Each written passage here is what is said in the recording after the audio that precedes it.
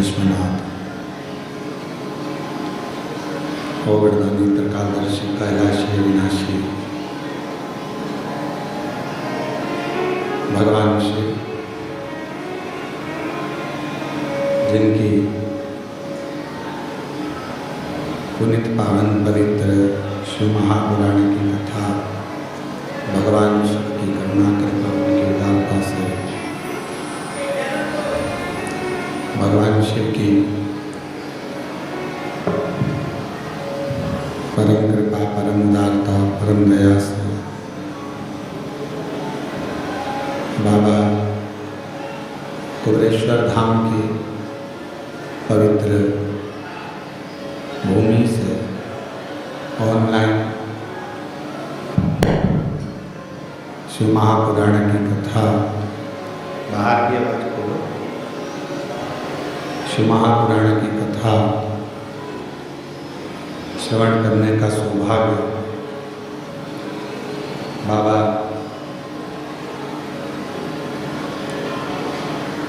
देवाधिदेव महादेव की करुणा से ये पवित्र पावन बाबा कुबरेश्वर कुबेर भंडारी की भूमि, जहाँ 5 दिवसीय ऑनलाइन शिव महापुराण की कथा श्रवण करने का सौभाग्य प्राप्त हुआ। कोई पुण्य आप सभी के हैं जो आप लोग कंकर शंकर का पूजन करने के लिए कुबरेश्वर धाम आए थे, रुद्राक्ष लेने के लिए बाबा कुबेर भंडारी के दरवाजे पर पहुँचे थे और बाबा की कृपा से आप सभी को ये शिव पुराण की कथा यहाँ श्रवण करने को मिल गई। ये शंकर की बड़ी उदारता है।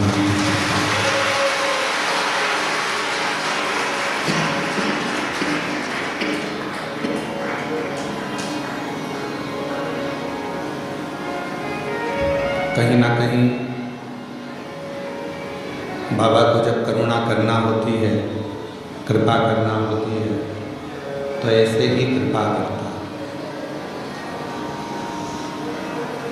यजमान परिवार जिन्होंने आज व्यासपीठ का पूजन करा, भाग्यशाली हैं जो बाबा देवाधिदेव महादेव के धाम पर आकर आपको आज का यजमान बनने का सौभाग्य प्राप्त हुआ। कहीं पूर्व जन्म का कोई पुण्य आपका है।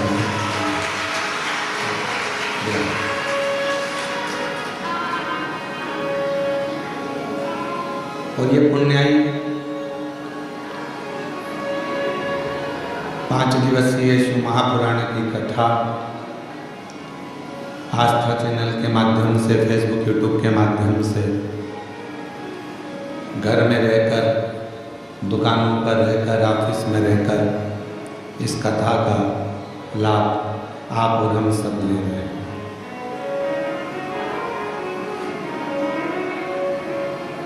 एक बहुत पुराना हमने सुना था कि चूल्हे के अंदर यदि एक छोटी सी भी चिंगारी रह जाती है, हवा लगते ही वो अग्नि हो जाती है।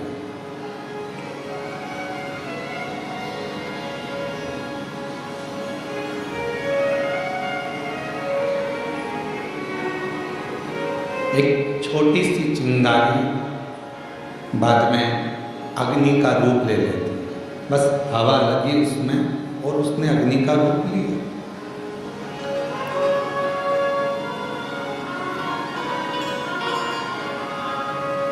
जैसे भट्टी में, चूल्हे में एक छोटी सी अग्नि रखी रहती है जिससे वो कभी भी प्रज्वलित कर ली जाए।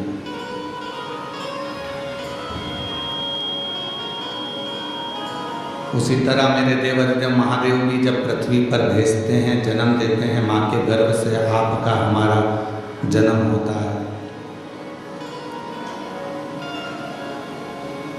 और भगवान देवाधिदेव महादेव जब माता के गर्भ से आपको और हमको जन्म देते हैं, तब एक भक्ति की छोटी सी चिंगारी हमारे अंदर रख देते हैं और जब हम पृथ्वी पर जन्म ले लेते हैं, कहीं शिव महापुराण की कथा की हवा हमें लगती है तो हमारी भक्ति की अग्नि फिर प्रज्वलित होती है।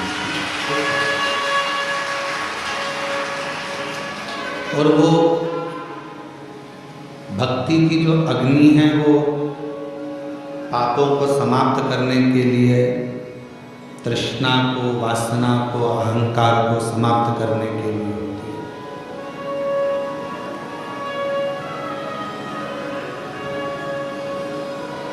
यहाँ बैठकर आप कंकर शंकर का पूजन करें, 108 बैठकर 108 बार श्री शिवाय नमस्तुभ्यम का जाप करें।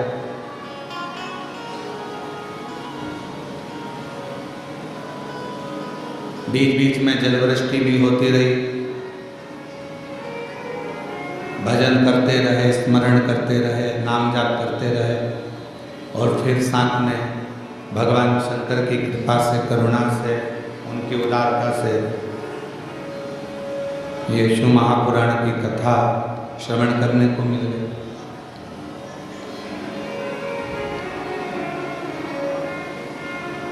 हमारे पूर्व का कोई प्रारब्ध होगा जिस प्रारब्ध के कारण हमको ये सब मिल रहा। पूर्व का कोई प्रारब्ध होगा, कोई अच्छा कर्म होगा जिसके कारण बस हमें सनातन धर्म में जन्म मिला, भारत वतन मिला और भगवान देवता महादेव की कथा मिली। ये हमारे पूर्व का कोई अच्छा कर्म है।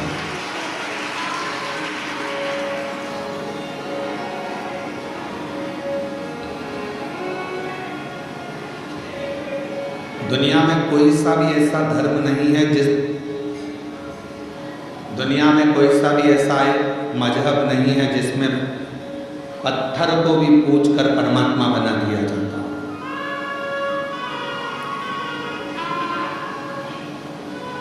भारत की भूमि पर केवल एक सनातन धर्म ऐसा है, हिंदू धर्म ऐसा है जो एक पत्थर को भी पूजकर परमात्मा बना देते हैं और परमात्मा की बनाते हैं।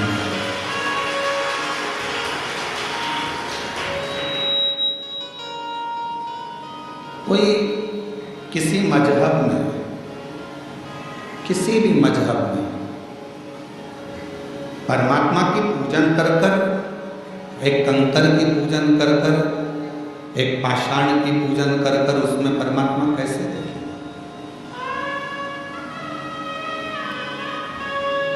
ये बल किसी में भी नहीं। लोग सनातन धर्म की हंसी उड़ाते हैं, हिंदू धर्म की हंसी उड़ाते हैं कि ये तो पत्थर की पूजन कर रहे हैं, नदियों को माता कहते हैं, पशुओं को भी देवता कहते हैं, वृक्ष को भी भगवान कहते हैं, पर्वत को भी भगवान कहते हैं। दुनिया के लोग सनातन धर्म की हंसी उड़ाते हैं। पर दुनिया के लोगों से हम कहें, हंसी ना उड़ाकर आप अपने खुद के मजहब को देखो और हमारे सनातन हिंदू धर्म को देखो। तुम्हारे मजहब में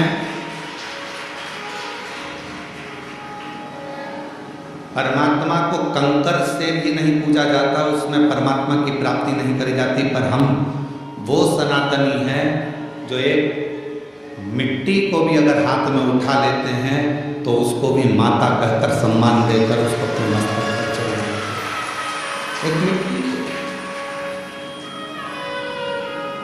यहाँ दुनिया के लोग आते हैं, कंकर शंकर की भूमि पर पहुँचते हैं, कंकर बीनते हैं, पूजन करते हैं 5 कंकर की। एक कंकर अपने साथ में लेकर जाते हैं, 3 महीने में, 6 महीने में, साल भर में जब भी वो इधर आते हैं वापिस छोड़ जाते हैं, फिर ले जाते हैं।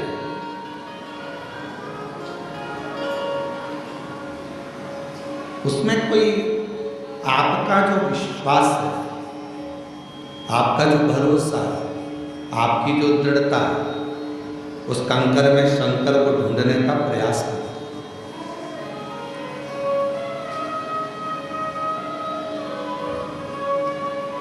और मैंने तेरे ही भरोसे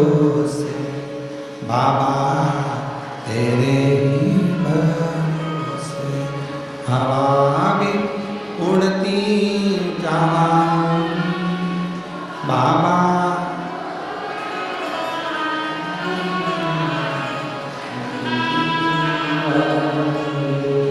भोले मैं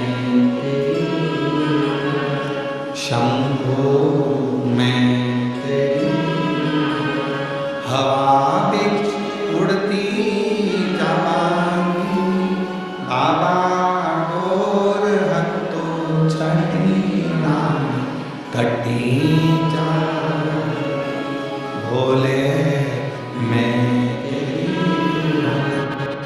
शंभो मैं एक भक्ति की चिंगारी हमारे भीतर है और वो भक्ति की चिंगारी ही हमें परमात्मा से मिलाती है। सब शिव महापुराण को नहीं सुनते, सब शंकर जी के मंदिर नहीं जाते, सब कुबेरेश्वर धाम नहीं आते। कौन शिव महापुराण की कथा सुन रहा है, कौन शंकर जी के मंदिर जा रहा है, कौन कुबेरेश्वर धाम जा रहा है, कौन उज्जैनी, कौन विश्वनाथ जा रहा है, कौन गंगा को नहा रहा है, कौन आराधना कर रहा है, साधना कर रहा है। भगवान ने सबको अपने जिसके हृदय में भक्ति देकर परमात्मा ने भेजा, थोड़ी सी भी हवा उस भक्ति की चिंगारी पर पड़ी, परमात्मा ने उसको खींचकर कुबेरेश्वर धाम की धरा पर भगवान ने मिला। और वो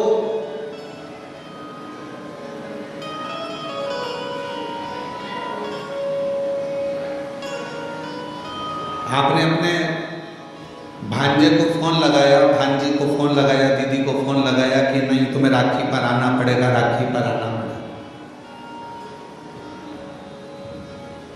फोन लगाने से पहले तुमने दीदी के आने के पहले तुमने तैयारी करी कि नहीं करी? जम के तो बोलो, करी ना। पत्नी ने पूछा क्यों? वो दीदी आने वाली है इंदौर वाली, वो जीजी आने वाली है झांसी वाली, ग्वालियर वाली, क्या दोगे उनको? वो दतिया से आएगी, वो वहाँ भोपाल से आएगी, वो इंदौर से, उसको क्या दोगे? मैंने विचार कर लिया है, उसको 1000 रुपये का लिफाफा दे देंगे, भांजा भांजी को 500-500 रुपये दे देंगे और दामाद आएंगे तो उनको कपड़े दिला देंगे। मैं बाजार ले जाऊँगा, जीन्स टी शर्ट दिला दूँगा, मैं उनको वस्त्र दिला।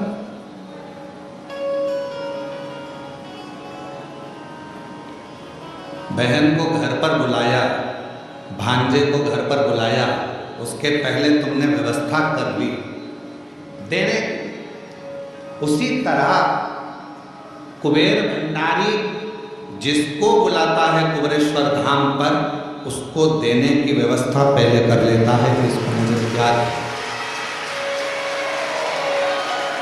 मुझे क्या प्रदान करना है, मैं क्या दूंगा इसको, क्योंकि ये मेरे यहाँ आएगी और खाली अगर चली गई तो 10 जगह जाकर कहेगी हम तो कुबेरेश्वर धाम होकर आए थे, हम तो होकर आए, हमें बाबा ने दिया नहीं, हमको 3 महीने में वापिस जाना था, हमको दिया नहीं। उसके मन में भाव उत्पन्न,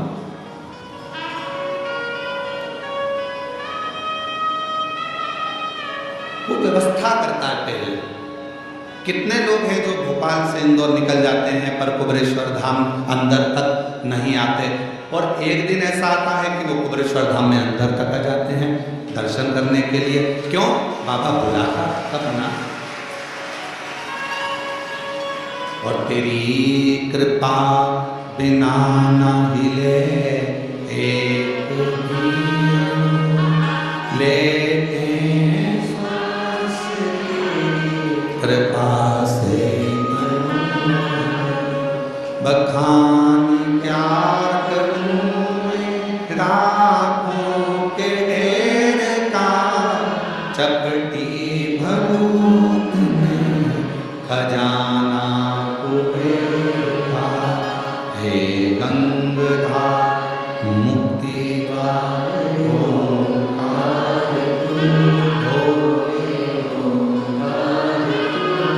आयो शक्ति शंभुतार। उसने व्यवस्था करी तुमको देने की, तो बाहर रोड पे से तुम अंदर, तो उसने सारा वो अगर व्यवस्था नहीं करता अंदर भी नहीं आते, बाहर से ही निकल कर चले जाते।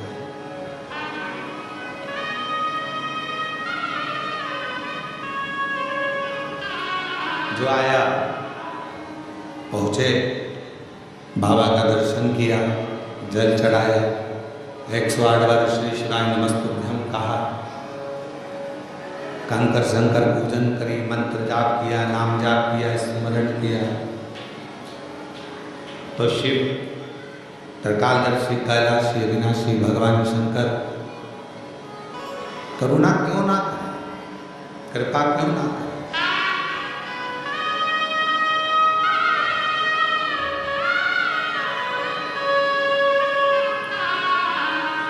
फिर शिव करुणा क्यों ना करे। आप कहीं पर भी रहो, जहां तुम्हारी मर्जी पड़े वहां रहिए, घर में, दुकान पर, फैक्ट्री में, मकान में, सर्विस में, नौकरी में, जहां तुम्हारा मर्जी पड़े वहां रहो। कई माताएं कहती हैं, कई भाई कहते हैं कि हम मंदिर नहीं जा पाते क्योंकि हमारी कॉलोनी से मंदिर बहुत दूर है। कई लोग कहते हैं कि हमारी सोसाइटी में मंदिर नहीं है। कोई कहता है हम इतनी बड़ी सिटी में रहते हैं कि वहाँ मंदिर हमारे पास में लगता नहीं। कोई कहता है कि हमारे यहाँ मंदिर तो है पर मंदिर के अंदर जाने नहीं देते।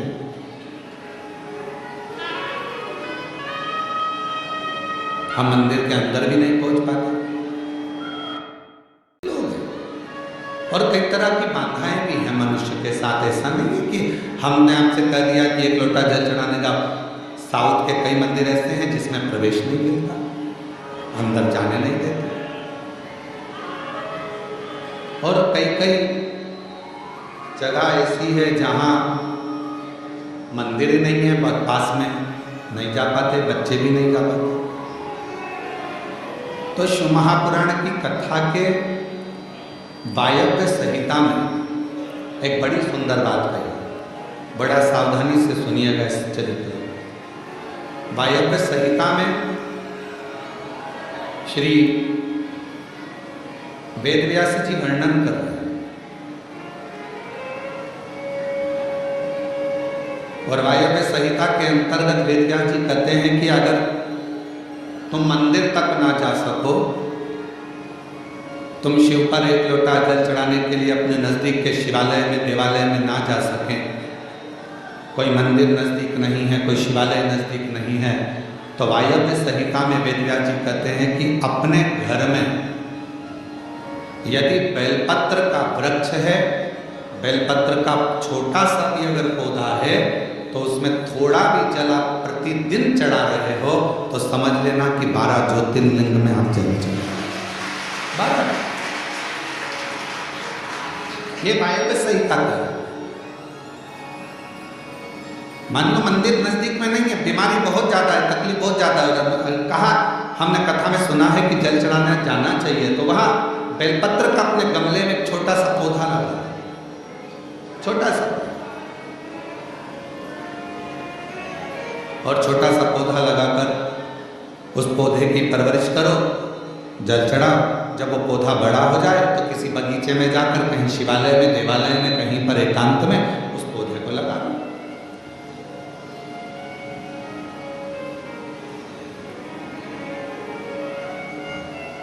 जैसे तुलसा जी को बड़ा कर तुलसा जी का मंगल विवाह शालिग्राम जी से होता है, देव उठनी एकादशी पर शालिग्राम बाबा के साथ मंगल विवाह किया जाता है, वैसे ही बेलपत्र के पौधे को बड़ा कर उसको भी शिव को समर्पित किया जाता है, भगवान शंकर को समर्पित किया।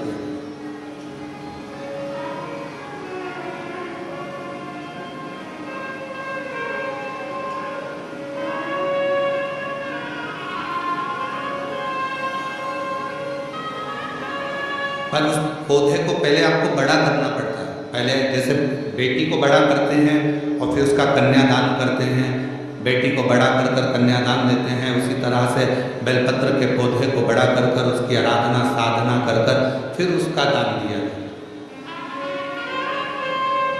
कई लोग बड़े विचित्र हैं कि भाई हमको बेलपत्री का पौधा दान करना है, कुबेरेश्वर धाम आए, उज्जैनी गए, किसी गुरुजी के यहाँ गए और बाजार में से पौधा ले लिया और बेलपत्र का पौधा दान कर दिया। उसको कम से कम थोड़ा समय अपने घर में तो रखो।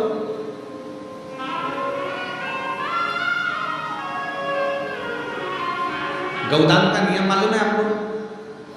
कितना लोग जानते हैं गौदान के नियम को? गौदान का नियम होता है, कई लोग बेटी के विवाह में गाय दान करते हैं, कई लोग कोई शांत हो जाता है तो 12वें में 13वें में गाय दान करते हैं ना, गौदान करते हैं। तो उसका नियम क्या है? गौदान का नियम होता है कि गाय को अगर दादा परदादा के लिए दान कर रहे हो, वो चले गए, शांत हो गए, उनके 12वें में, उनके 13वें में, उनके 1 महीने के बाद अगर आप दान कर रहे हो, 12वें 13वें में दे रहे हो, या कन्यादान बेटी का कर रहे हो, उसमें गौदान कर रहे हो, या तुम्हारा मन हुआ का गौदान करना है हमारे पूर्वज, तो पहले उस गाय बछड़े को अपने घर में रखकर उसकी सेवा करना पड़ेगी 1 रात्रि 2 रात्रि, उसके बाद गौदान करो। पहले उसकी सेवा तो करो।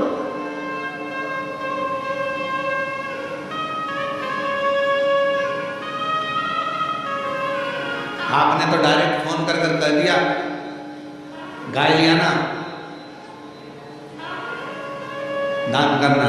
पंडित जी ने संकल्प छुड़ाया, गाय दरवाजे पर आई और 1 मिनट में संकल्प छूटा। पंडित जी से कहा ले जाओ गाय, लेके जाओ जल्दी से, गाय बछड़ा लेकर जाओ। पंडित जी गाय बछड़ा लेकर चले, डीले कम करो, गाय बछड़ा पंडित जी लेकर चले। ये श्रेष्ठता नहीं। तुलसा जी का पौधा घर में रखकर उसको पोषित कर बड़ा कर कर फिर शालिग्राम भगवान से विवाह कर कर फिर दिया। बेलपत्र का पौधा पहले बड़ा कर कर अपने घर में थोड़ा सा, नहीं ज़्यादा रख सकते तो 8 दिन 7 दिन 5 दिन 15 दिन 20 दिन 1 महीना 2 महीना 4 महीना 6 महीना जितना आप रख सकते हो रखकर फिर किसी जगह पर लगा। क्यों? क्या जरूरत है गुरुजी अपने घर में पौधे को रखकर फिर दान करना, अपने घर में पौधे को रखकर फिर कहीं लगवाना, अपने घर में पौधे को पहले परवरिश कर कर फिर कहीं उसको लगवाना? कारण क्या पड़ता है? कारण एक है, वायव्य संहिता शिव महापुराण की कहती है, अगर हमने किसी बेलपत्र के पौधे को अपने घर में रखकर 5 दिन 7 दिन 1 महीना 15 दिन 6 महीना उसको परवरिश करा तो हमारे घर का कितना भी नेगेटिवता, कितनी भी हमारे घर में कुछ भी गंदा हो रहा है, कुछ गलत हो रहा है, कोई गलत हो रहा है, कोई झूठ बोल रहा है, कोई पाप कर्म हो गया हमारे घर में, इस भूमि पर जिसमें हम रहते हैं उस घर में एनर्जी अगर नहीं है तो आपने उस पौधे को अपने घर में रखकर उसका परवरिश कर कर 15 दिन 7 दिन 1 महीना 2 महीना 6 महीना 8 महीना जितना तुम्हारा मन कर जाए, 1 दिन 2 दिन जितना, उसके बाद पौधे को कहीं लगवाओ। क्यों? वो हमारे घर का पूरा गलत जो भी विचार होंगे, गलत सोच, गलत विचार, गलत ऊर्जा वो पौधा ग्रहण कर लेता है। बेलपत्र का पौधा अपने अंदर उतार लेता है।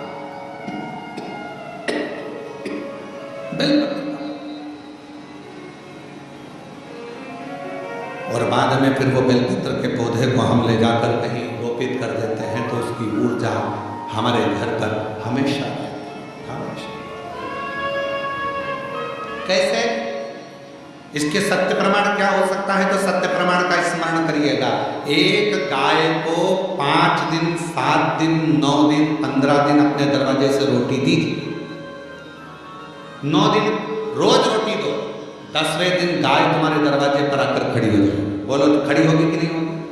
जम के तो बोलो खड़ी होगी ना। गौ माता को तुमने रोटी दिया, अब गाय रोज आकर तुम रोटी खा ला रहे, 2 दिन 3 दिन 5 दिन तुमने रोटी दिया तो गाय आकर खड़ी हो जाए। एक कुत्ता को तुम्हारे दरवाजे पर रोटी देना चालू करो, 8 दिन बाद वो कुत्ता तुम्हारे दरवाजे पर बैठना चालू कर देगा। बोलो सही है कि गलत है? जम के तो बोलो ठीक है। एक पक्षी के लिए 2 दिन, 5 दिन, 7 दिन अपने घर के छत पर अनाज डालकर देखो, 7 दिन के बाद पक्षी तुम्हारे दरवाजे पर, तुम्हारे छत पर आना चालू करेंगे कि नहीं करेंगे? बोलो बोलो, जम के बोलो। पक्षी आ रहे हैं, गाय आ रही है, कुत्ता आ रहा है, किसी को दे रहे हो आप तो वो आ रहा है। उसी तरह जब हम हमारे घर में एक बेलपत्र के पौधे को बड़ा करते हैं और बड़ा करने के बाद उस बेलपत्र के पौधे को तुम कहीं पर भी, इंदौर में रहते हो, सीहोर में आकर तुमने लगा दिया, खरगोन में रहते हो, बरहानपुर में जाकर लगा दिया, ग्वालियर में, तुम्हारा मन पड़े तुम अपने घर के आसपास में भी कहीं पर भी इस पौधे को, तुम रहते यहाँ हो 200 मीटर की दूरी पर, 500 मीटर की दूरी पर, 5 किलोमीटर पर, 10 किलोमीटर, कहीं पर भी जाकर उस पौधे को लगा दो। वो पौधा तुम्हारे घर में कितनी भी नेगेटिवता रहेगी, वो पौधा अपने आप तुम्हारे घर की गंदगी को खींचता रहेगा, नेगेटिवता को खींचता रहेगा, कहीं पर भी, किसी भी।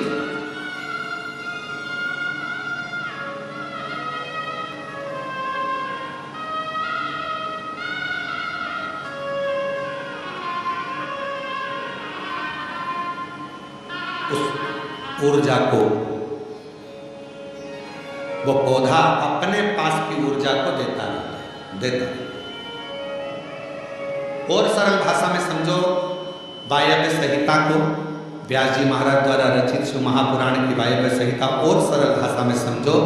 बेटी को शादी कर दिया, बेटी चली गई अमेरिका, ठीक है। अमेरिका में जाने के बाद, अमेरिका में पहुंचने के बाद बेटी को तुम्हारी याद आ रही कि नहीं आ रही है? जम के बोलो जरा। तुम्हें बेटी की याद आ रही कि नहीं आ रही? आ रही। याद आ गई तो कभी ना कभी तो तुमसे फोन पर बात करेगी, मम्मी कैसी हो, मैं पहुंच गई हूँ, अच्छे से हूँ, अभी कितनी बज रही है तुम्हारे इंडिया में, हमारे यहाँ तो ये टाइम हो रहा है। बेटी से बात करो उसकी, अर्थात वो अपनी ऊर्जा से तुम्हारी ऊर्जा की ओर अग्रणी। अपने घर में रखे हुए बेलपत्र के पौधे को अपन ने जो पाला है, जो अपने पौधे को पोषित किया है, बड़ा किया है, 6 महीना, 2 महीना, 15 दिन, 1 दिन, 8 दिन, जितना भी तुम रखे हो, उसके बाद तुम कहीं पर भी जाकर लगाओगे, तुम्हारे घर का जो गंदगी होगी, जो दुख होगा, जो तकलीफ होगी, वो पौधा उसको खींचते चले जाएगा और अपनी ऊर्जा देता जाएगा। अपनी एक बेलपत्र में कितना बल है, कितना,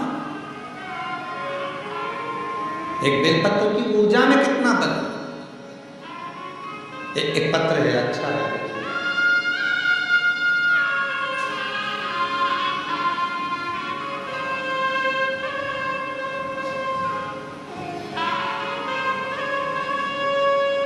मेरा नाम शिवानी चौहान है, मैं रहने वाली निवासी मनासा जिला देवास से आई हूँ। मनासा जिला देवास से आई हूँ। कहीं बैठी हो तो पीछे से आकर बेलपत्र प्राप्त कर सकती हूँ। गुरुजी, मेरे बच्चेदानी में गठान हो गई थी। मैंने सोनकच्छ, देवास, उज्जैन सब डॉक्टरों को दिखाया, सबने ऑपरेशन का बोला था। फिर मैंने शिवजी पर चढ़ा हुआ जल और बेलपत्र को खाना, डीले कम करो डीले, बेलपत्र खाना शुरू किया। शिवजी पर चढ़ा हुआ जल और बेलपत्र खाना शुरू किया। फिर मैं 5 दिन के बाद डॉक्टर को बताने गई तो उन्होंने बताया कि गठान गल चुकी है, ऑपरेशन की कोई जरूरत नहीं। ये ऑपरेशन की कोई जरूरत नहीं, गठान गल।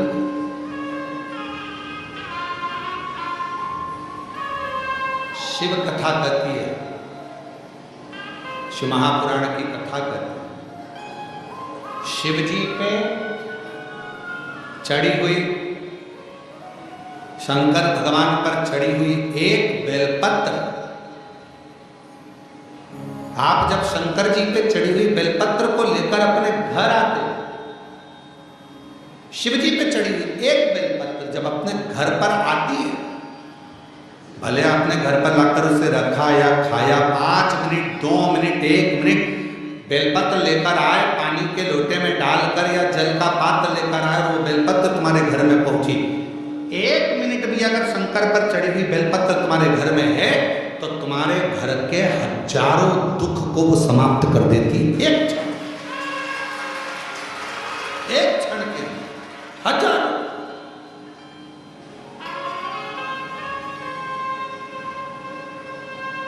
एक पत्र और है, देखिए, अच्छा है।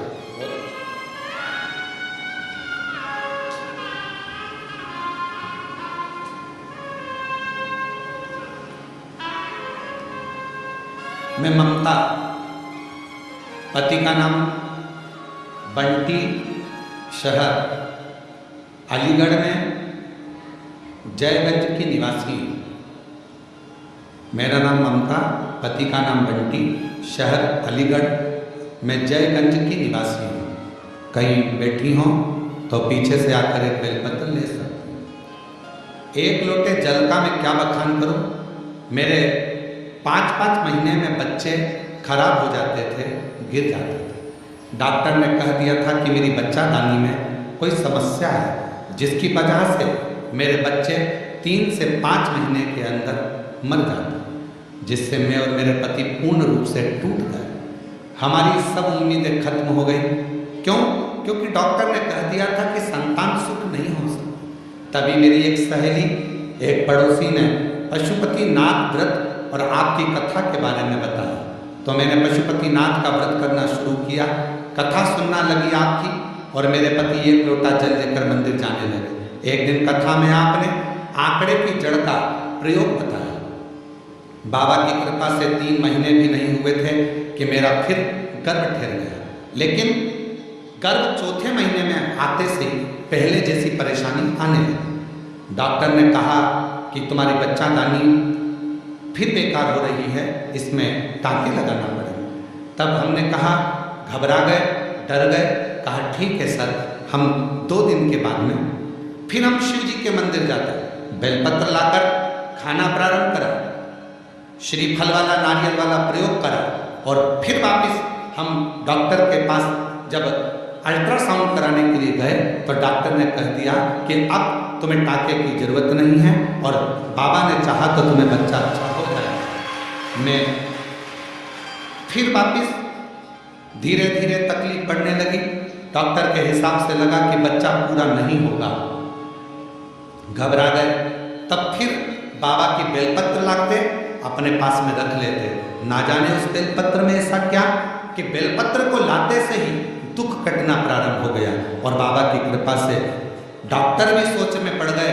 5 जनवरी 2024 को मुझे पुत्र रत्न की प्राप्ति हुई, जो पूर्ण रूप से स्वस्थ है। ये एक बेलपत्र के अंदर, एक बेलपत्र के बल कितना आ जाए।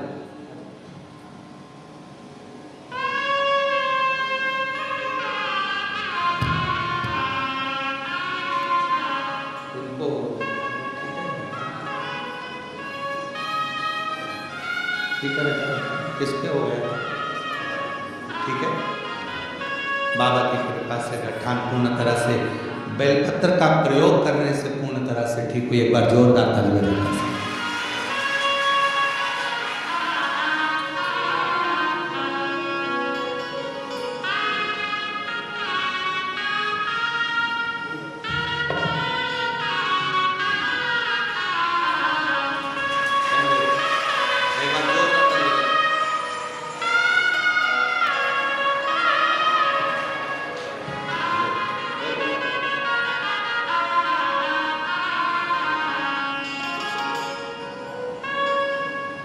जो जैसी कामना लाया वो वैसा ही फल पाया। जो जैसी कामना लाया वो वैसा ही फल पाया। नहीं खाली उसे लौटाया वो मन ही कर दिया माला माल काशिया लुटा दिया काशिया लुटा दिया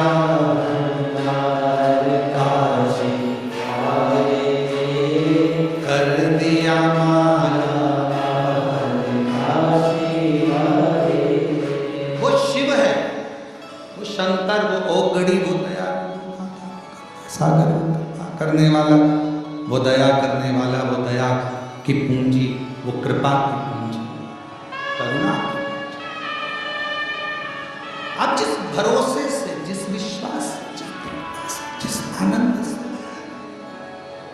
जिस भरोसे से, जिस दृढ़ता से, जिस आनंद से उसको पूछते हो, उसको बचते हो, उसका स्मरण करते हो, उसको नाम जाप करते हो, उसको पूछते हो, वो उस रूप में आपके सामने आकर खड़ा हो जाता है।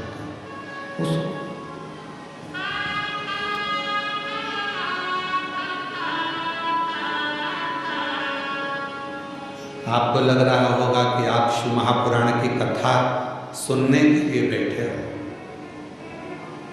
पर उसको चिंता हो रही होगी कि आया है तो इसको कुछ ना कुछ देकर भेजना पड़ेगा।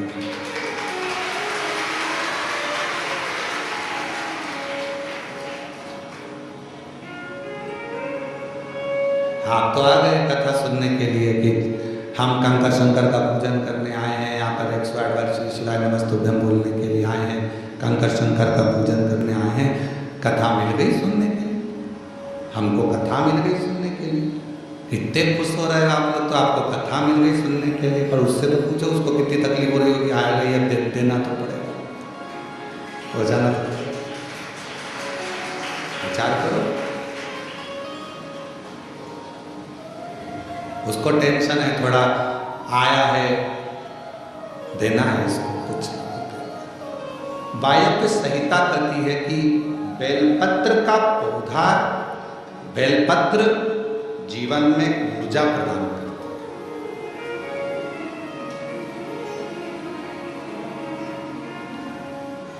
आप करके देखो, एक प्रैक्टिकल जरूर करो। थोड़े दिन अपने घर में बेलपत्र के पौधे को रखो, छत पर, गार्डन में, गच्ची पर, बाहर, उसकी सेवा करो, उसका जल चढ़ाओ। फुर्सत मिल जाए तो 2 मिनट बैठकर उसके पास में आप शिव नाम, श्री शिवाय नमस्तुभ्यम।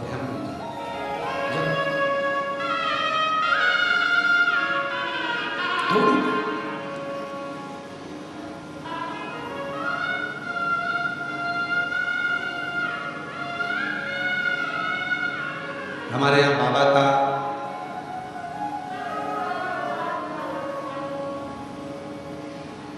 आप लोग जब पीछे ग्राउंड में जहाँ कथा होती है उस ग्राउंड से अगर उधर जाएंगे तो देखेंगे वहाँ बाबा की बेलपत्रियों की एक वाटिका है, और उस वाटिका में आसपास में आप 2 क्षण के लिए बैठकर भी अगर भगवत नाम श्री शिवाय नमस्तुभ्यम का स्मरण करते हैं तो आपको इसमें आनंद की अनुभूति होती है।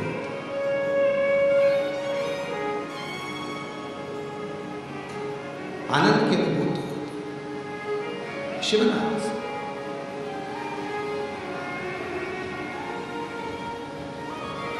हमारे बाबा का जो पुराना वट वृक्ष है, अभी तो वहाँ के काम चल रहा है, इसलिए आप लोगों को वहाँ अंदर जाने की अनुमति नहीं होती है, तो वहाँ जाने नहीं देते हैं। और जो पुराना वट वृक्ष है वहाँ पर भी आप कभी जब वहाँ का काम पूरा हो जाएगा तो आप लोग दर्शन करेंगे। जब आप वहाँ पहुँचेंगे, बैठेंगे, वहाँ की ऊर्जा का स्मरण करेंगे तो आपको ज्ञात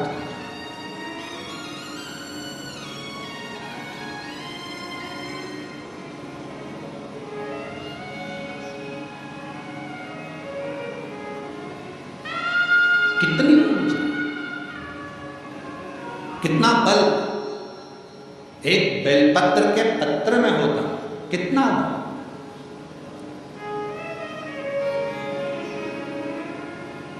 और हम सबसे कहेंगे, जिन मेरी बहनों के हाथ कंपन होते हैं, हाथ कांपते,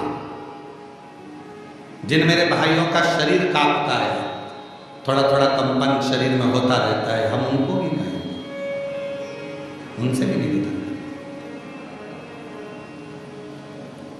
कि अपने जेब में 2 जेब होती है, एक जेब में मोबाइल रखो मना नहीं है, एक जेब में पैसा रखो मना नहीं, पर एक जेब में आप शिव जी पे चढ़ी हुई बेलपत्र को रखना प्रारंभ करो, फिर आपके शरीर का स्थिरता धीरे धीरे धीरे धीरे अपने आप आना प्रारंभ।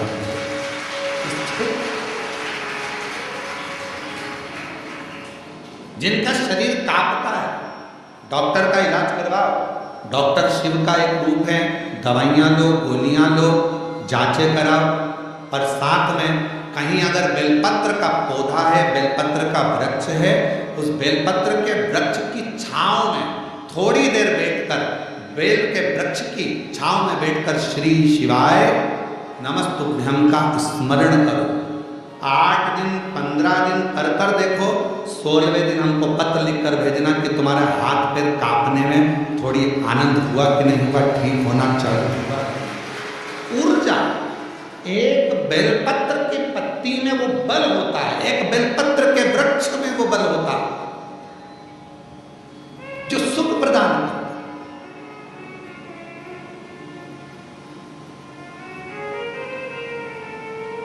जैसे जामुन के वृक्ष की लकड़ी को तुम्हारे घर की पानी की टंकी कितनी भी गंदी हो रही है, तुम्हारे घर के पानी की टंकी में कितना भी कचरा हो, कितना भी बदबू मार रहा हो, कितनी भी गंदगी हो, एक जामुन की लकड़ी जैसे घर के पानी की टंकी में डाल दी जाती है तो पूरा पानी एकदम क्लीन हो जाता है, साफ हो जाता है। उसी तरह बेलपत्र का एक छोटा सा पत्ता भी हमारे जीवन को ना जाने कितनी सफाइयां कर देता, कितना पाप कर्म, कितना दुख, कितना कष्ट, कितनी तकलीफ है। एक बेलपत्र का पौधा, एक बेलपत्र का पत्ता हमारे जीवन को आनंद दे देता। वायव्य संहिता शिव महापुराण कथा है। एक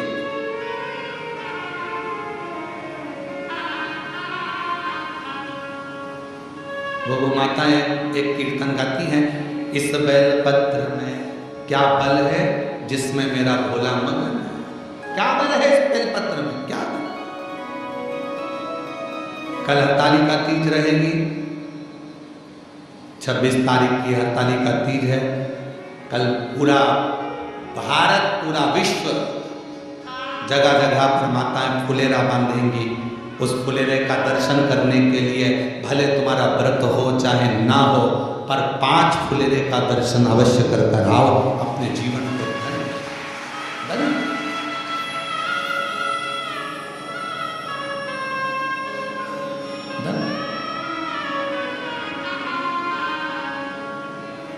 करो दर्शन। यहाँ पर भी फुलेरा बनता है, व्यासपीठ कहाँ है, यहाँ पर हर साल कई वर्ष हो गए बनते हुए। बाबा के, हमारे घर पर भी बनता है बाबा के धाम, जहाँ जहाँ मंदिर है हो सकता है। हम तो यहाँ तक कहेंगे आप लोगों से, किसी शिव मंदिर में अगर कोई फुलेरा ना बांधे और आपको अगर भगवान सामर्थ्यता दिया है तो कुछ पेड़ों की पत्तियाँ तोड़कर उसको धागे में बांधकर फूल वगैरह लगाकर आप अपनी तरफ से 2 लकड़ियों को या 4 लकड़ियों का कैसा भी बनाकर, या डलिया हो तो डलिया, उसको बांधकर शिव जी के मंदिर में आप ही अपनी तरफ से फुलेरा आपके रूप में रहेगा। ये पत्र इकट्ठे हमेशा आपके रूप में रहेगा। ये पत्र इकट्ठे जो दुनिया के लोग कहते हैं कि कुबेरेश्वर धाम, तो उनको आकर उन पत्रों को दर्शन करना चाहिए। तुम्हारा मन पड़े, निकालो, पढ़ो कि पत्र में क्या लिखा है, कितनी कृपा। एक पत्र देखिए, मेरा नाम कृष्णा गोस्वामी है, मैं झांसी उत्तर प्रदेश से हूँ, मेरी उम्र 85 साल है और मैं 2022 से रोज शिव महापुराण की कथा आपकी सुन रही हूँ। गुरुजी, मेरी शिव महापुराण छूटती नहीं, मैं ऐसा बाबा के मन में भाव रखकर कथा सुनता हूँ। बीच बीच में कथा नहीं आती तो मैं टेंशन में पड़ जाती हूँ। मेरी जी बिल्कुल टेंशन मत लो, प्रयास करते हैं कि कथा में गैप ना हो, चाहे कैसे भी कथा आपको सुनने को मिले, भले ऑनलाइन मिले पर मिल जाए और आप लोग श्रवण कर लें, इससे लिए ऐसा प्रयास किया। गुरुजी शिव महापुराण सुनते बाबा की ऐसी कृपा हुई कि असंभव भी शिव महापुराण कथा के सुनने से संभव हुआ। गुरुदेव, सीहोर में हमारे मामा जी के घर है, पता चला कि ऑनलाइन शिव महापुराण की कथा आपकी चल रही है। गुरुदेव,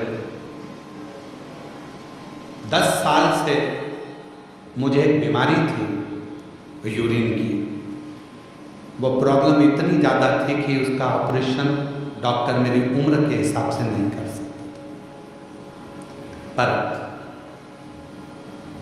10 जून को हम बाबा के इस पवित्र प्रांगण को आए और बाबा से विनय कर कर गए कि 10 साल से मुझे यूरिन की तकलीफ है और मैं कहीं जा नहीं सकती, आ नहीं सकती, इतनी ज़्यादा तकलीफ है 10 साल। पर किसी ने कहा है कि कुबेरेश्वर धाम की भूमि पर अगर कंकर शंकर का पूजन करा जाए और एक रुद्राक्ष लेकर जाया जाए, उसका जल पिया जाए, बाबा कृपा कर। गुरुजी, मैं एक दिन भी सही से नहीं रहती थी उस यूरिन की प्रॉब्लम के कारण। 10 साल से तकलीफ में थी। 10 जून से यहाँ से जब से मैं बाबा की पूजन कर कर गई हूँ, आज तक बाबा की कृपा से मुझे कोई तकलीफ नहीं हुई यूरिन की। मैं बाबा की कृपा से ठीक, कहीं बैठी हो तो बेलपत्र लेने के लिए आ सकती। मेरा नाम कृष्णा गोस्वामी है, मैं झांसी उत्तर प्रदेश से हूँ। मेरी उम्र 85 साल है। शिव की और तेरी कृपा का इस पर हो जरा सी, जरा सी तेरी कृपा का क्या है भरोसा, कब किस पर हो जरा सी, जरा सी जिस पर भी हो गई तेरी कृपा करुणा हो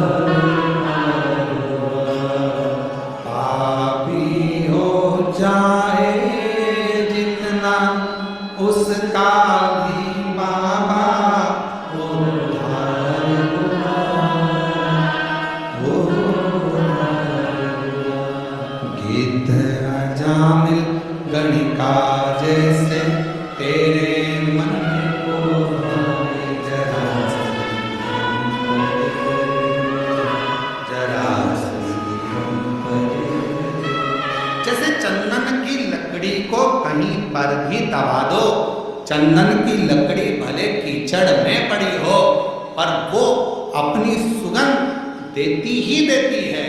उसी तरह बेलपत्र कैसा भी हो वो हमको फल देता ही देता है। उसका आनंद हमारी जिंदगी में सुख प्रदान करता है। इसलिए तेरे डमरू की धुन सुन के मैं काशी नगरिया तेरे डमरू की धुन सुन के मैं काशी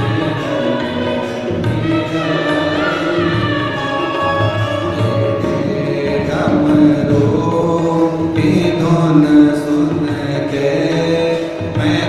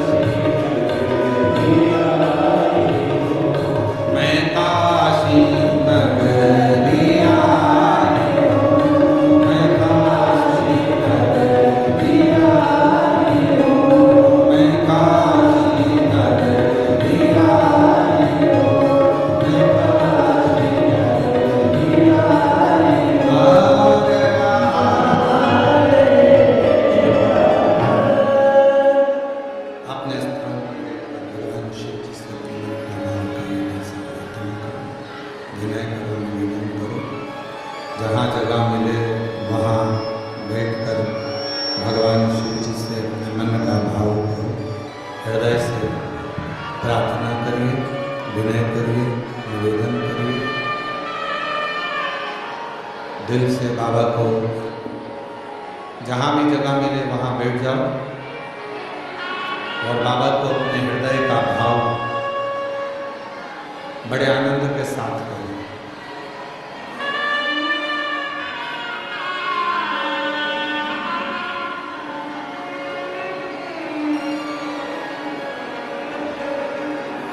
शिव जी को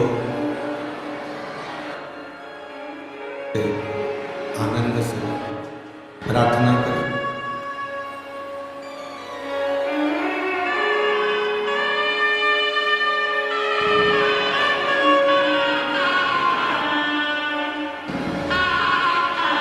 शिव कृपा भगवान देवाधिदेव महादेव, भगवान शंकर, करुणा सागर, दया सागर भगवान शिव, भोगड़दानी बाबा से अपने मन का भाव बड़े आनंद के साथ हृदय से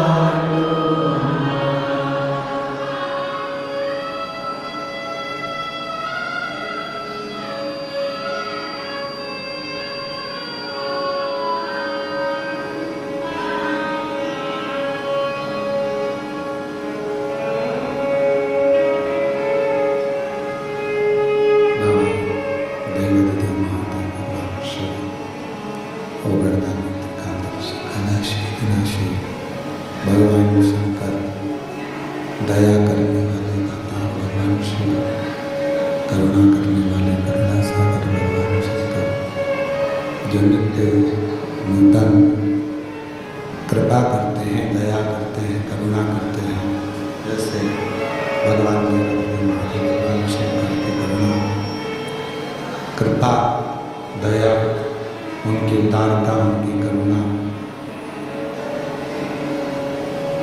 एक बेलपत्र की पत्ती में, एक बेलपत्र की पत्ती में, एक बेलपत्र के वृक्ष में जो बल होता है, जो ऊर्जा होती है, वो ऊर्जा पर साधारण नहीं होती है। शिव महापुराण की वायव्य संहिता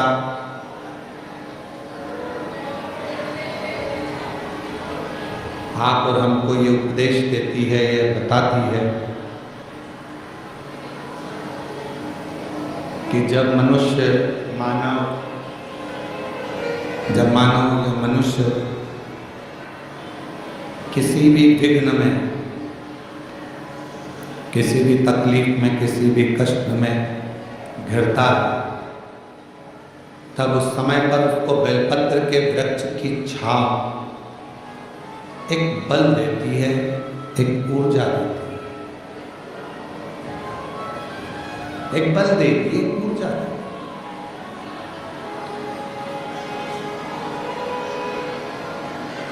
हरतालिका तीज का प्रारंभ जैसे मां पार्वती जी बाल्यावस्था में थी,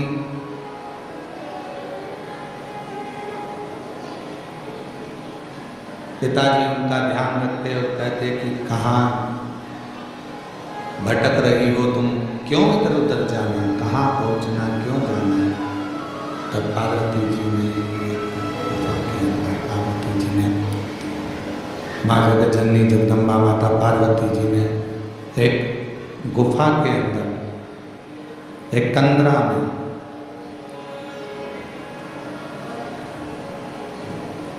बालू का शिवलिंग बना,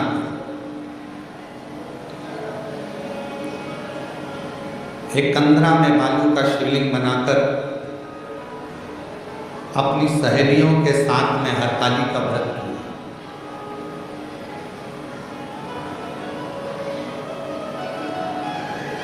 भले दुनिया की दृष्टि में ये हो सकता है कि कई माताएं कहती हैं कि हमारा तीज का व्रत तो श्रावण महीने में हो गया, किसी का व्रत छोटी तीज के रूप में, कोई का व्रत बड़ी तीज के रूप में हो गया, कोई का व्रत कहीं, कोई का व्रत कहीं हो गया। पर शिव महापुराण की कथा का व्रत एक ऐसा व्रत है जिसमें आप व्रत ना भी करें तो भी फुलेरे का दर्शन कर कर उस व्रत का पूरा पुण्य फल आप प्राप्त कर सकते। हरतालिका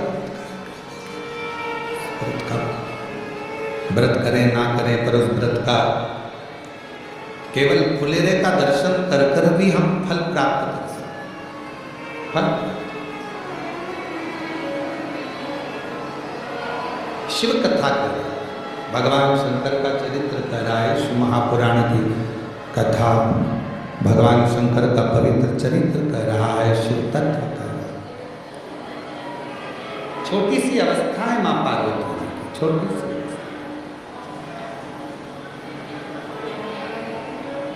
और मां जगतजननी पार्वती जी की जब छोटी सी अवस्था है, उस अवस्था में अपनी सहेलियों के साथ में कंदराओं में पहुंच जाना, वन में पहुंच जाना और कंदराओं में जाकर भगवान शंकर की आराधना करना, अर्थात शिव महापुराण की कथा हमको सीख देती है कि अपने घर के बच्चों को, छोटे छोटे घर के जो बच्चे हैं उनको प्रयास करा करो कि उनको ये सीख दी जाए कि तुम शंकर जी के मंदिर में एक लोटा जल चढ़ाने के लिए जाओ, जल समर्पित करने के लिए। एक कथा आप लोगों ने श्रवण करी होगी श्रीमद् भागवत कथा में कि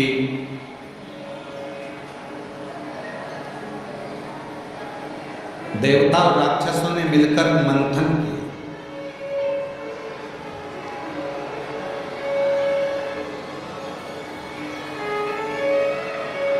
और देवता राक्षस मिलकर मंथन कर कर अमृत की प्राप्ति कर रहे हैं।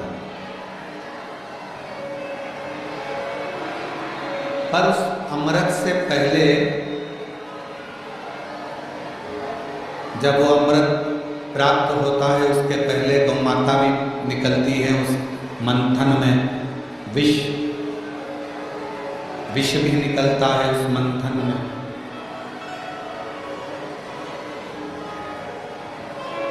गौ माता भी सभी को, ऋषियों को, गुरुजनों को दी गई। विष निकला, उस विष को भगवान देवादिदेव महादेव को दिया गया, भगवान शंकर को दिया गया। बाहर की आवाज बढ़ा दो जिससे चोंगों की आवाज दूर दूर तक सुने।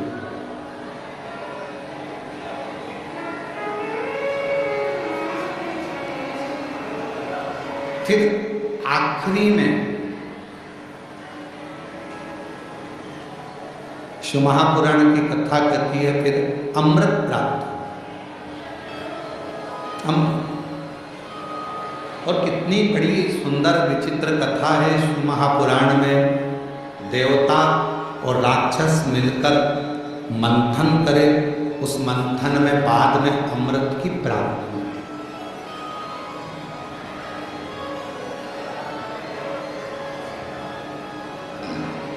मंथन में अमृत निकला। घर में भी दो तरह के लोग रहते हैं, समाज में, परिवार में, मोहल्ले में, कुटुंब में, गांव में, नगर में, शहर में दो विचार के लोग रहते हैं। एक देव बुद्धि के लोग रहते हैं, एक राक्षस बुद्धि के। और प्रतिदिन अपने घरों में अपन हो सकता है कि कोई का स्वभाव क्रूर हो, राक्षस प्रवृत्ति का हो, असुर प्रवृत्ति का हो, थोड़ा क्रोधीला हो, और किसी किसी का स्वभाव एकदम नम्र देवताओं की तुल्य, गौ माता की तुल्य अच्छा हो, श्रेष्ठ हो, किसी किसी का स्वभाव अच्छा हो। अब इसमें शिव महापुराण की कथा करती है, भगवान शंकर का चरित्र कथा है, शिव तत्व कथा है, शंकर जी की कथा करती है। आपस में कितना भी झगड़ा हो रहा हो, आपस में कितनी भी लड़ाई हो रही हो, कितना भी झगड़ा हो रहा हो, पर आखिरी में जैसे मंथन में विष निकला, गौमाता निकली, रतन निकला, माणिक मोती निकले, औषधि निकली, उसी तरह घर में जब क्लेश होता है, एक दूसरे से झगड़ा, सास बहू का झगड़ा हो, बहन भाई का झगड़ा हो, बहन बहन का झगड़ा हो, देवरानी जेठानी का झगड़ा हो, परिवार मोहल्ले में कितना भी झगड़ा हो, और शिव पुराण की कथा कहती है इन झगड़े में आखिरी में इतना याद जरूर रखना कि सब निकल जाए मन का मेल, तब अमृत जरूर निकलना चाहिए। मतलब एक दूसरे में साझा जरूर, तब एक दूसरे से साझा बना। जेठानी से कितना भी झगड़ा हो जाए ना, देवरानी से कितना भी झगड़ा हो जाए, सास बहू का कितना भी झगड़ा हो जाए, भाई भाई का कितना भी झगड़ा हो जाए, रिश्तेदार का कितना भी झगड़ा हो जाए, मोहल्ले में कितना भी आपस में झगड़ा हो जाए, पर शिव महापुराण की कथा कहती है झगड़ा कितना भी हुआ हो पर बात करना कभी बंद मत करो, भले थोड़ी करो पर बात जरूर। क्यों? कितना बड़ा भी झगड़ा उसका अंत बातों से हुआ। हम क्या करते हैं कि झगड़ा हुआ तो बात करना बंद कर देते हैं, झगड़ा हुआ तो हमने बोलना बंद कर दिया, झगड़ा हो गया तो हमने उसका मुंह देखना बंद कर दिया, झगड़ा हो गया तो हमने बात करना बंद कर दी। मतलब वो फिर बात धीरे धीरे धीरे धीरे बढ़ती जाती और वो झगड़ा फिर आखिरी में बहुत बड़ा घात उत्पन्न करता है, घर को, परिवार को, कुटुंब को, नातों को, रिश्तों को तोड़ देता। तो कितना भी झगड़ा, बात करना कभी बंद मत, थोड़ा थोड़ा चर्चा, थोड़ी थोड़ी बातें चलते रहे। कभी सीखिएगा अपने जीवन में संतों से, साधुओं से, गुरुजनों से, तपस्वियों से, साधकों से, उपासकों से अच्छा कोई जीवन में कोई गुरु मिल जाए तो उससे सीखने का प्रयास करिएगा। यहाँ तक आपको शिव महापुराण की कथा भी ये सीख देती है कि आप सीखिएगा कि कितना कितना दुनिया के कितना कितना लोग अपशब्द करते हैं, ताना देते हैं, गालियाँ देते हैं, आड़ा टेढ़ा करते हैं। कई कई लोग अपने अपने फेसबुक पर अपने अपने लेखनी में हर कुछ हमारे लिए हो चाहे बाबा के लिए हो लिख देते हैं और वो लोग फिर दूसरी बार धाम पर आते हैं। पर हम कभी भी उनसे इस तरह की बात नहीं करते कि तुमने क्या लिखा, हम उनका सम्मान ही करते हैं। उन्होंने जो लिखा हमारे से कभी तो बाबा कृपा करेगा।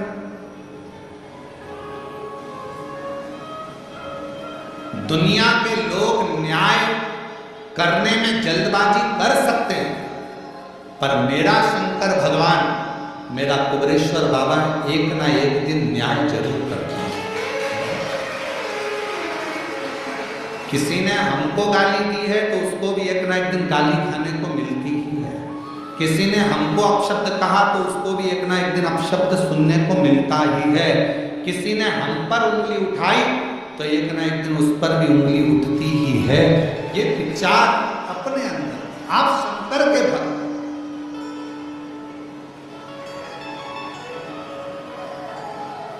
आप विद्वान हैं, आप किसी पर उंगली उठा रहे हो तो एक दिन कोई बड़ा विद्वान आपको भी मिलेगा, आप पर भी उंगली उठाए, फिर उसको भी कोई मिलेगा तो वो भी उंगली उठाए। इसलिए अपने निर्णय को, अपने न्याय को परमात्मा पर छोड़, हम उसके आश्रित। जेठानी ने झगड़ा कर लिया, बात करना बंद कर दिया। देवरानी ने झगड़ा कर लिया, बात करना बंद कर दिया। सास ने झगड़ा कर दिया, बहू ने बात करना बंद कर दिया। बहू ने करा तो सास ने बात, ना ना, आपस में बातचीत चालू रहने दो। कभी ना कभी ये झगड़ा एक ना एक दिन ठंडा होगा, और जब ठंडा होगा तब फिर आप और दुनिया के लोग फिर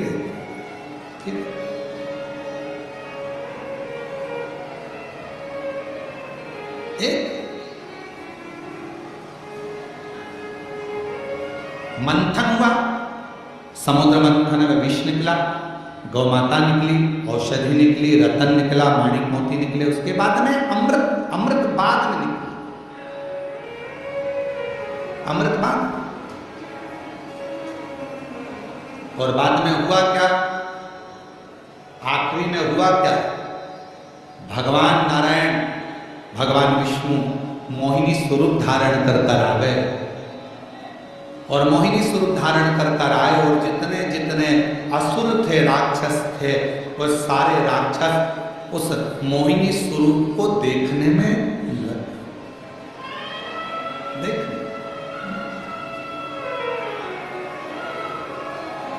उस मोहिनी स्वरूप। आज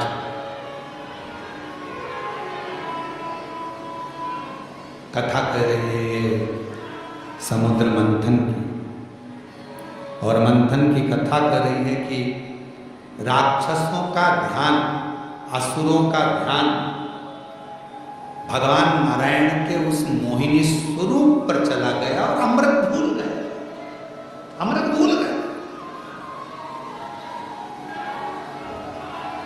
अब अमृत पर उनका ध्यान नहीं है, अब उनका ध्यान गया है उस स्वरूप पर। इतनी सुंदर स्त्री, इतनी सुंदर मोहिनी स्वरूप, इतना सुंदर नारी है, इतना सुंदर नारी है, इतनी सुंदर नारी, इतनी सुंदर नारी, उस नारी पर, उस स्वरूप पर ध्यान, उस स्वरूप पर ध्यान। अब अमृत याद नहीं है, अब अमृत नहीं है।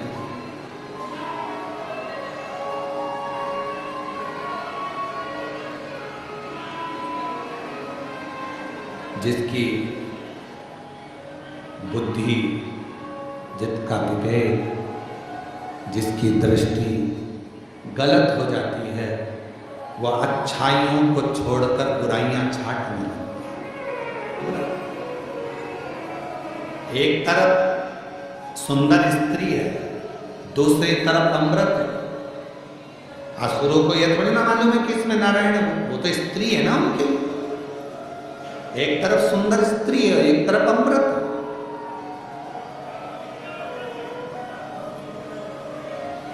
अब तुमने इतनी मेहनत करी है, इतना मंथन किया है, इतना सारा मंथन करा तो उसमें अमृत निकला है, तो तुम्हारा ध्यान उस पर अमृत पर जाना चाहिए।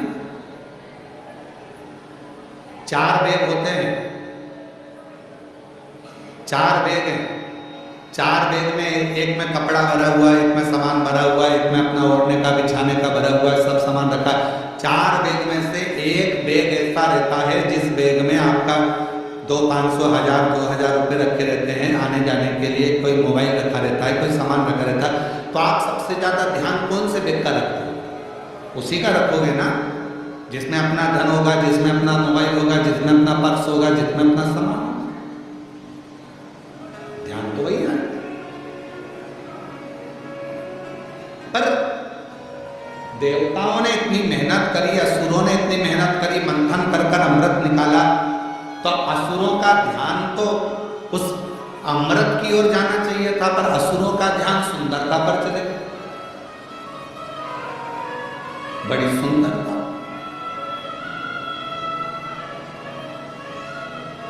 उनका ध्यान अमृत पर नहीं गया, स्त्री की सुंदरता पर।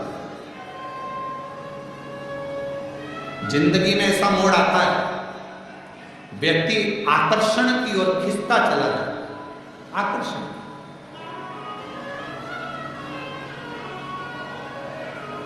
कोई ने बहुत बड़ी जटा बढ़ा ली, कोई ने बहुत चंदन लगा लिया, कोई ने बहुत श्रृंगार कर लिया, तो लगा बहुत पहुंचा हुआ बाबा होगा, बहुत पहुंचा हुआ बाबा जी है, बहुत पहुंचा हुआ संत है, बहुत पहुंचा हुआ सन्यासी। कोई ने फैलाना ज्यादा कर लिया तो बहुत पहुंचा हुआ बाबा होगा, संत होगा। ना ना, इससे पहचान नहीं होती। संत की, सदगुरु की, साधु की, सन्यासी की, तपस्वी की, साधक की, उपासक की, एक सच्चे भक्त की पहचान केवल एक है। वो अकेला रहे चाहे भीड़ में रहे, उसके चेहरे पर प्रसन्नता बनी हुई। एक संत की, एक साधु की, एक सन्यासी की, एक तपस्वी की, एक साधक, एक उपासक, एक विरक्त की, एक सन्यासी, एक संत की, एक भक्त की सबसे बड़ी पहचान है। अकेला होगा तो भी प्रसन्न होगा, भीड़ में होगा तो भी प्रसन्न होगा, परिवार के साथ होगा तो भी प्रसन्न होगा, और परमात्मा के साथ होगा तो भी प्रसन्न होगा। उसकी प्रसन्नता खत्म, ये उसका आनंद।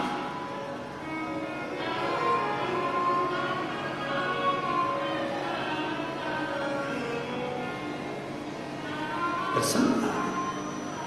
कई लोग ऐसे रहते हैं जो जिंदगी भर उनका चेहरा उतरा ही रहता है, मुंह उतरा ही रहता है, और हम उनसे कहते हैं भगवान ने इतनी सुंदर स्माइल आपको दी है, अच्छे अच्छे दांत हैं आपके, थोड़ा हंसा करो। बुढ़ापे में गिर जाएंगे फिर कैसे हंसोगे?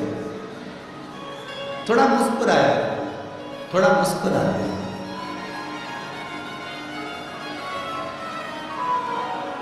आज भगवान ने तुमको अच्छे अच्छे दांत दिए हैं, अच्छा अच्छा चेहरा दिया है, थोड़ी प्रसन्नता, थोड़ी मुस्कुराहट। कई लोग ऐसे होते हैं धाम पर भी आते हैं, कुबेरेश्वर धाम पर, तो भी उनका चेहरा उतर रहता है। हम कहते हैं अपने बाप के घर आइए तो थोड़ा खिलखिला दिया करो, अपने दामादों से निवेदन है तुम भी मुस्कुरा दिया करो। अपने पिता के घर आए हो, थोड़ा प्रसन्न चित्त में रहने का प्रयास करो। तुम्हारी प्रसन्नता से 10 लोगों को प्रसन्नता होती है। कई लोगों ऐसे हो जाते हैं बेचारे, जब धाम पर आते हैं ऐसा लगता है जैसे खूब मार ठोक के आए। शंकर जी भी सोचेंगे क्यों आ गई, इससे तो घर अच्छी थी, वहीं अच्छी थी। ऐसा चेहरा लेकर बाप के सामने बेटी, बाप के सामने बेटा जब मुस्कुरा कर आता है तो बाप भी मुस्कुराता है, हंसता है, कितना भी दुख है। कलकत्ता में था, कलकत्ता सुनिए, तारकासुर शिव जी को देखकर हंसता है। शिव जी को चिंता पड़ जाती है कि मुस्कुरा रहे, दुख होने पर कितना भी दुख है मुस्कुरा, प्रसन्नो, आनंदित हो, क्यों ना दुख कटे। एक पत्र है, अच्छा है।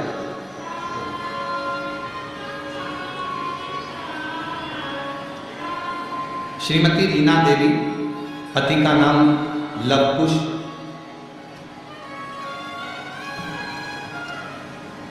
लवकुश सिंह, जैतपुर कला, बाहा, आगरा, उत्तर प्रदेश से आए हैं। कहीं बैठे हो तो आ सकते हैं। सन 2014 से लगातार कोशिश करने के बाद भी असफलता हाथ लग रही थी। हमारे बड़े बेटे पुत्र ओमकार सिंह सरकारी नौकरी के लिए 2014 से कोशिश कर रहा है। फिर हमारे घर की एक बहन ने बताया शिव महापुराण के बारे में, फिर हमने कथा सुनना प्रारंभ किया, किंतु विश्वास नहीं टिका। फिर वही वाली बात आ गई कि इतनी जल्दी विश्वास नहीं आ सकता। सियोर वाला महाराज पर, कुबेरेश्वर धाम पर इतनी जल्दी विश्वास आ जाना कठिन है। जब तक शंकर की कृपा नहीं होगी तब तक विश्वास आएगा ही नहीं। क्या हो सकता है? अब 2014 और अभी क्या चल रहा है? जम के बोलो 2025। हमें विश्वास नहीं आया। हमने सोचा इसी पड़ोसन ना जाने कितने कितने महाराजों का बताते रहते हैं भरोसा। तब पड़ोसन ने कहा आप मेरी बात पर भरोसा मत करो, आप टीवी पर कथा सुनो। हमने टीवी पर कथा सुनना प्रारंभ करा और कथा सुनने के लिए टीवी के सामने बैठ जाते। हमारे बेटे से हमने कहा तू अब की बार एग्जाम दे, बाबा करेगा। बेटे ने फिर एग्जाम दिया, उसका नहीं हुआ। बेटे का मन खराब हुआ कि मम्मी हुआ नहीं। मैंने कहा अब की बार पशुपति व्रत कर, शिव जी के मंदिर में जाकर साफ सफाई कर। मेरे बेटे ने शंकर जी के मंदिर में साफ सफाई करना प्रारंभ कर दिया और साफ सफाई करता, पशुपति व्रत करता। आप कहते हो कि मेहनत को 4 गुना बढ़ाया। मेरे बेटे ने अपनी मेहनत को 4 गुना बढ़ाया और आज बाबा को धन्यवाद देने के लिए आई हूँ। गुरु जी, बाबा थोड़ा नहीं देता, देता है तो छप्पर फाड़ कर देता है। मेरे बाबा से तो एक बेटे की जॉब मांगी थी सरकारी, पर मेरे बाबा ने मेरे दोनों बेटों की सरकारी नौकरी लगा दी। मैं बाबा को प्रणाम करूं। मेरे दोनों बेटों की सरकारी नौकरी लगवा दी और दोनों का बीएसएफ में हो गया। मैं बाबा को प्रणाम करने के लिए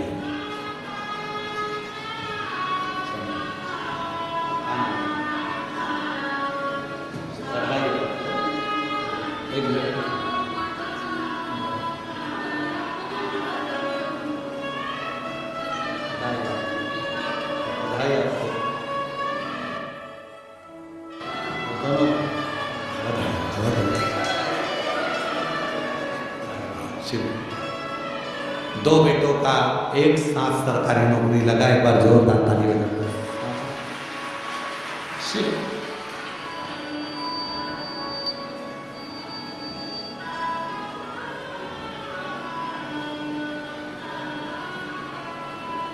एक पत्र और बड़ा सुंदर है। मैं राजस्थान के जिला सीकर तारापुर की रहने वाली हूँ। मेरा नाम रेणु है, पति का नाम जितेंद्र है। एक लोटे जल का मैं क्या वर्णन करूं गुरुदेव। मैं पहले शिव को मानती नहीं थी, मैं कभी भी आपकी कथा नहीं सुनती थी। फिर मेरी मासी ने, दिल्ली में रहती हैं, मासी ने बताया कि सियोर वाला महाराज जी कथा सुनाता है, वो कथा तुम जरूर सुना करो। कथा में ही आदि दुख समाप्त हो जाते हैं। मैंने सोचा कथा सुनने से दुख समाप्त हो सकता है क्या? इतने सालों से टीवी चालू करती हूँ, बहुत महाराज आते हैं, पर ऐसा तो कभी नहीं हुआ। फिर आपकी कथा सुनना प्रारंभ किया। आपने कई उपाय बताए, वो मैंने करे। मैं बहुत तकलीफ में थी, बाबा ने मेरा धीरे धीरे हाथ पकड़ा।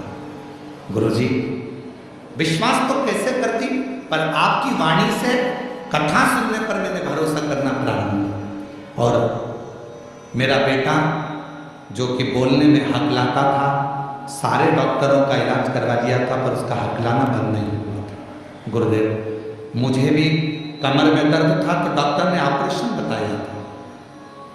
तब मैंने बाबा की कृपा से उन कथा सुनते, उपाय करते, बेलपत्र और जल का उपाय करना प्रारंभ करा। आज मेरे बेटे ने धीरे धीरे हकलाना बंद करा और बाबा की कृपा से मेरा ऑपरेशन भी नहीं हुआ और मैं पूर्ण तरह से स्वस्थ। शिव को नमन करने के लिए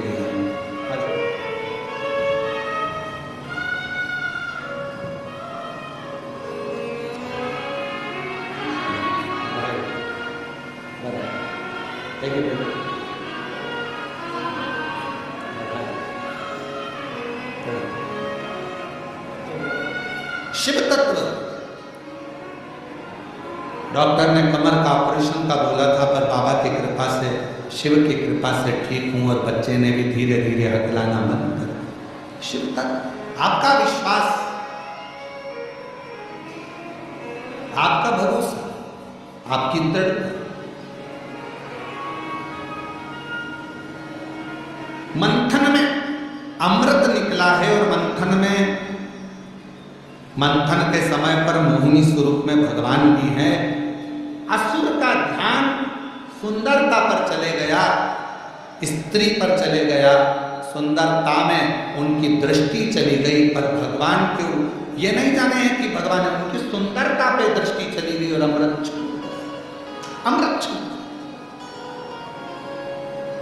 ऐसे कई लोग हैं संसार में जिनसे शिव महापुराण रूपी अमृत छूट रहा।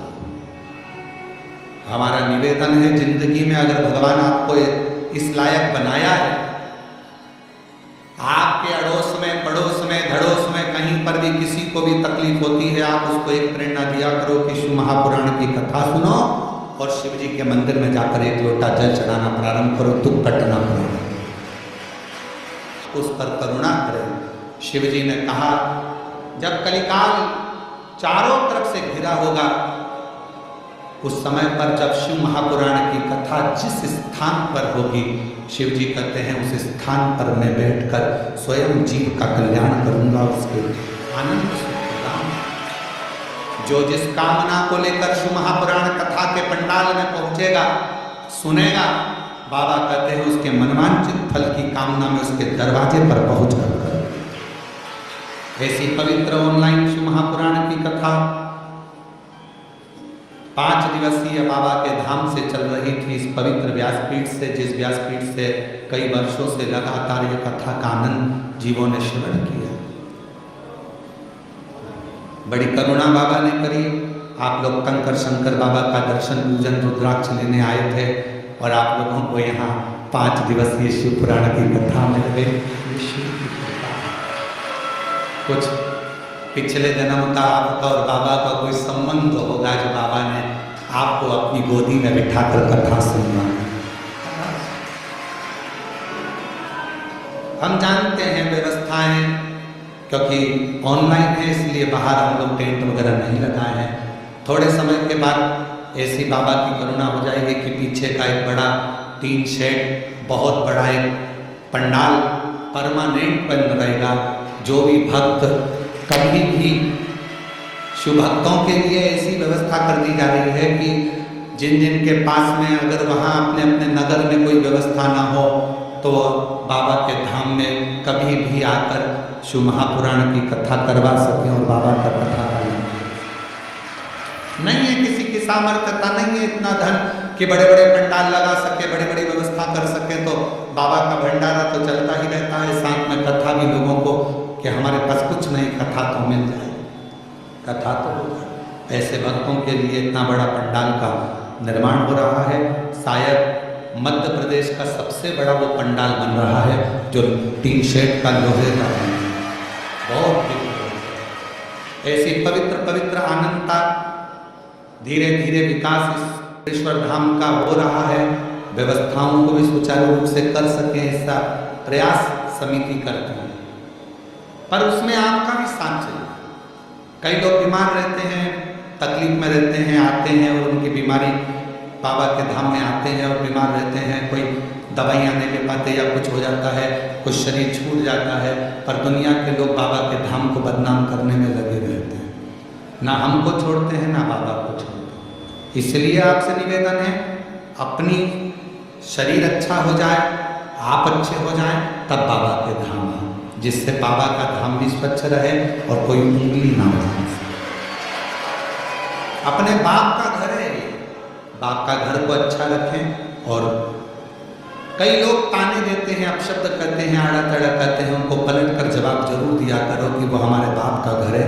हम अच्छे से जानते हैं कि बाप कभी गलत नहीं हो सकता। एक बार आप गलत हो सकते हो, पर बाप गलत नहीं हो सकता। शिव तत्व को अपने भीतर धारण करो। मेरा बाबा आप सबकी झोलियां खुशियों से भर दे। जो जो कामना लेकर आए हो मेरा कुबेर भंडारी आपकी कामना पूर्ण करे। और महादेव नमन चरणों में स्वीकार कीजिए, सबका किया है मेरा भी उद्धार कीजिए, उद्धार कीजिए। आप सभी को कल हरतालिका तीज की बहुत बहुत बधाई। अपने नजदीक में जहां फुलेरा बंधे 5 वृक्ष की पत्ती लेकर 5 फुलेराओं का दर्शन करो, मंदिर जाओ, फुलेरे का दर्शन करो, खूब आनंद के साथ कर हरतालिका तीज मेरी बहनें करें। मेरी सारी दीदियों का अखंड सौभाग्य हो, यही कामना इस व्यासपीठ से करता हूँ। और गणेश चतुर्थी आ रही है, दिल से गणेश जी की आराधना करो, पूजन करो। और हमने परसों के दिन गणेश जी की आरती भी गाई थी, उसको याद कर लो। अपने अपने मंदिरों में, शिवालय में, देवालय में गणेश जी की उस आरती का भी स्मरण करो। खूब गा, खूब गणेश जी से लाड लड़ा। 10 दिन हमारे शंकर जी के बेटे आए हैं अपने घर में, बहुओं को लेकर, रिद्धि सिद्धि को लेकर खूब ठाट से लाड लड़ाओ। अपना बेटा और बहू आए हैं, ये सोच कर नहीं कि गणेश जी कोई देवता नहीं, मेरा बेटा आया है, मेरी बहू आई है और बहू आई है। खूब ठाट से गणेश जी का पूजन करो, आराधना करो, अर्चना करो। 10 दिन खूब ठाट लड़ा। उसके बाद में पितृदेव आएंगे, पूर्वज आएंगे, उनको भी ध्यान रखना, माल टाल देने आएंगे। पहले नहीं दे पाए, शिव पुराण की कथा सुन सुनकर सब तैयार हो गए कि हम अपनी बहुओं को खूब मान देंगे। तो 9 तारीख से 15 तारीख तक जो कथा होगी, पितृ तर्पण शिव महापुराण की कथा, वो पूरी सुनना। पितरों की कथा आनंद के साथ, जिस घर में रहो उस घर में अपने पितरों का फोटो रखकर सुनो। और हमारे एक नंबर दे देंगे, उस पे व्हाट्सएप पे डालते रहो, तुम्हारा फोटो भी टीवी पे आस्था चैनल पर दिखाते रहेंगे कि आप लोग कथा सुन रहे हैं अपने पूर्वजों के साथ, पितरों के साथ, आनंद के साथ। खूब प्रेम से श्रवण करो। हर हर